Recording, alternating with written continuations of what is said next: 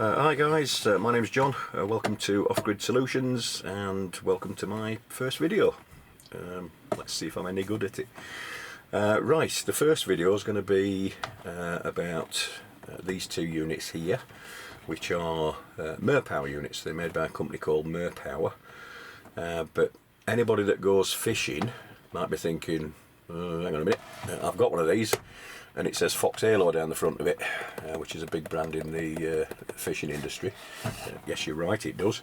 But they are made by Merpower, and Fox buy thousands of them and have their logo put on there and then sell them on to you guys. But anyway, this is the GP30, and what happened towards the end of last year is Merpower decided to upgrade it, and this is the GP50. What's changed? Well, first off, as you can see, the cases are slightly different. The 50 is a little bit taller, been redesigned around the tops, etc. A little bit smarter, I think, smarter looking.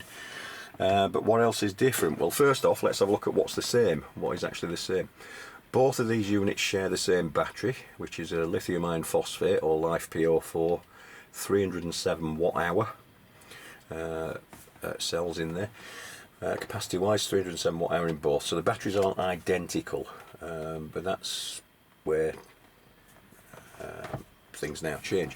On the old model, there are two cigarette plug outputs at 15 amps, same as on that shares that. It's still got the two 12 volt outputs. Then we get on to the other ones, underneath the water resistant flaps there, a couple of USB-A's on this, USB-C, and then the input for charging it, and then the power button on top. Now also, as you can see on that, it's just got the 4 lights. I think it's just on half charge at the minute. Yet 4 lights on there to show you the state of charge on it as well. Right, now how does the 50 differ then? Well, first off, instead of putting the 4 lights on it, they've actually put a better screen on there. They've not actually gone for percentage of charge. They tried to do that, but they couldn't get it to work properly, so you do get a bar system still. But the good thing about the screen is lots of extra info on it, where you can actually set the output. Now there is an extra output on this. It does have the 2 cigarette plug sockets, as you'd expect. It's got the 2 USB-A's, it's got the USB-C, but there's a 5521 output as well. You can actually select the output there from 12 volts, you can change it to 16.5 volts or 20 volts or 24 volts. So that's selectable and very, very easy to do via that screen as well. Again, it's got the old light on it, and it's got the flashlight if you find yourself wanting to use it for emergency purposes. The other thing about this, you probably see on the front, this one has got the old wireless pad on it, which the old one hasn't. And also, I think the biggest improvement on that is that both of these can accept solar, but this one doesn't have a solar charge controller. So any solar that you put into this is going to be a little bit up down depending on the conditions. There's nothing controlling the input of that, so it can be a bit messy. On that, there's an MPPT solar charge controller, which keeps things nice and steady and stable, and this can accept up to 80 watts of solar charge. So if you do the sums, if you are putting 80 watts into it, how many 80s fit into 307? 4. So it should be able to charge up from flat in 4, maybe 5 hours with a solar panel, which is dead handy when you are out and about.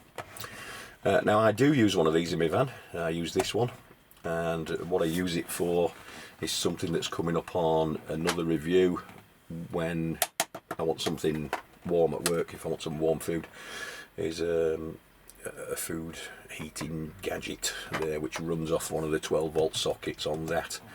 Obviously if I'm driving I'd plug it into the dashboard, but when I'm at work, what I can do with this is just disappear to the van about 20 past 11, stick a pasty in that, plug it into that, and by the time 12 o'clock comes round it's red hot. So that's one of the things that I would use this for. Also, if you're going on a picnic, absolutely superb for running a 12 volt, 24 volt compressor fridge. And the fridge I've got down here, which is on a later review, only draws 45 watts, but it only does that for half the time because it keeps cycling on and off, only runs as it needs to cool back down again, and you get easily a full day's cooling from this, easily. If you're out there all day from morning until sundown, this will still be running the fridge, your beer will still be cold. Okay, so there's the first review, and more to come next week. Cheers.